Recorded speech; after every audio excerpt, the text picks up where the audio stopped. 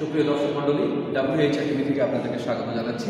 এবার আমরা আহসান মঞ্জিলের নবাবদের যে বলরুম বা নাচঘর, সেই নাচঘরে আপনাদেরকে নিয়ে যাচ্ছি, যেখানে বিনোদনের জন্য বিশেষ করে যারা নাচতেন, যারা সেই এখানে আমরা ভেতরের দিকে আপনারা আসেন। আসলে তখনকার সময়ে নাচঘরের কিছু ছবি এখানে আছে আঁকা। অপূর্ব সেই নাচঘরের যে বলরুম, যে নাচঘরের সেই ছবিটি আপনারা দেখলে বুঝতে পারবেন সেটি কত সমৃদ্ধ ছিল। আমরা এই ছবিটি আপনাদেরকে দেখাচ্ছি। দেখুন যে এখানে যে তখনকার সময় নবাবদের যারা বসতেন, তার সেই সাথে বিদেশি অতিথিরা যখন আসতেন, তখন একটি যে নাচঘরটার দৃশ্যটা কেমন ছিল সেটি এখান থেকে আপনারা দেখলে বুঝতে পারবেন। আমরা দেখে তো হতবাক হচ্ছি, মুগ্ধ হচ্ছি যে অনেক বড় একটি পরিসর সে তখন ছিল। এর উপরের যে ইয়েটা, ছাদটাও তখন কাঠের কারুকাজ করা ছিল। এটি ছিল তাদের পিয়ানো। এখানে বসে পিয়ানো বাজানো হতো। পিয়ানোর সুরে সুরে হয়তো কেউ সঙ্গীত পরিবেশন করতেন এবং সেই সঙ্গীতের মূর্ছনার সাথে নৃত্য পরিবেশন করা হতো। সেই জায়গাটি, এটি কিন্তু কাঠের তৈরি, এটি কাঠের তৈরি, কিন্তু খুব মজবুত করে তৈরি নাচঘর। এরপরে মোটা দামি কার্পেট বিছানো থাকতো, সেই কার্পেটের পরে হয়তো তারা নৃত্য করতেন। আর এখানে দর্শনার্থীদের পায়ের কার্পেটটি নষ্ট হবে বলে এটা উঠানো হয়েছে মনে হয়, কিন্তু সেই আমলে এটা মোটা কার্পেট দিয়ে এটি বিছানো ছিল।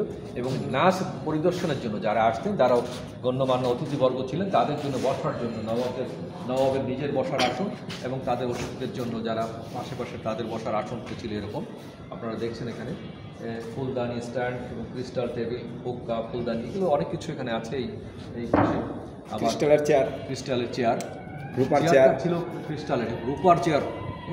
এই চেয়ারটি কিন্তু রূপার তৈরি, সম্পূর্ণ রূপা দিয়ে তৈরি চেয়ারটি। এটা দুপাশে দুটি ঘোড়া, ছুটন্ত ঘোড়ার ছবি, মাঝখানে যেটা, এখানে নবরা বসতেন। তাদের অতিথিরা ডানে বায়ে হয়তো কোনো অতিথি তাদের থাকতেন, তারা উপভোগ করতেন এই নৃত্য নাচ উপভোগ করতেন, সঙ্গীত উপভোগ করতেন।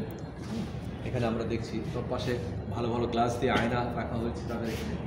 এখানে সেই অবশ্যই ঘড়িতে বোধহয় সে আমলের কিনা জানি না, তবে সে আমলের ঘড়ি, তখনকার ঘড়ি। এই যে ঝাড়বাতিগুলো, বিভিন্ন রঙের ঝাড়বাতি, এখানে আরও বড় বড় ঝাড়বাতি হয়তো ছিল, যেটি তখন ওই নাচের সময় সেটি জ্বালিয়ে দেওয়া হতো, আরও বেশি ঝলমলে হয়ে উঠতো আসক্তি, নাচের আসক্তি। অনেক বড় যে প্রশস্ত নাচঘর, সেই নাচঘরটি নবাবদের আমরা আপনাদেরকে দেখাতে পারলাম। আসলে এটা যারা না আসছেন এখানে তারা বুঝতে পারবেন না, এখানে এসে দেখার সৌন্দর্যটাই সম্পূর্ণ ভিন্ন। আমাদের কন্টেন্টের মাধ্যমে যারা দেখছেন তারা হয়তো দেখছেন অন্যভাবে, কিন্তু আমরা অনুরোধ করবো যখন এখানে আসবেন সচক্ষে দেখবেন। এবং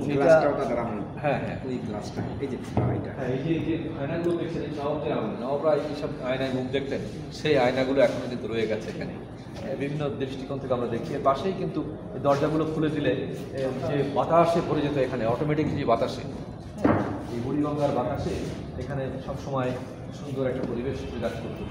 আমরা এটা দেখাতে পারলাম আপনাদেরকে। এই যে দরজাগুলো ছিল তখন এইরকম সেই বিভিন্ন কাঁচ দিয়ে, রঙিন কাঁচে মোড়া।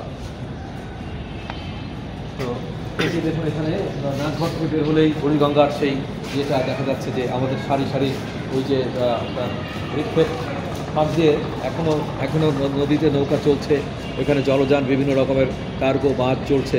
এগুলো সব কিছু কিন্তু বার্জগুলো দেখা যাচ্ছে, পণ্যবাহী বার্জ। তারপরে এখানে আবার ট্রাকগুলো তারা এখানে সাজানো আছে। এই কিন্তু নবাবদের বাগান, এখানে সামনে যে বাগান, এখানে ফুলে ভরা ছিল আগে, সেগুলো এখন সেই রকম অবস্থায় নেই। আগেকার সেই জৌলুস এখন নেই। এখনকার সময়ের যে অবস্থা সেটি আপনারা দেখছেন।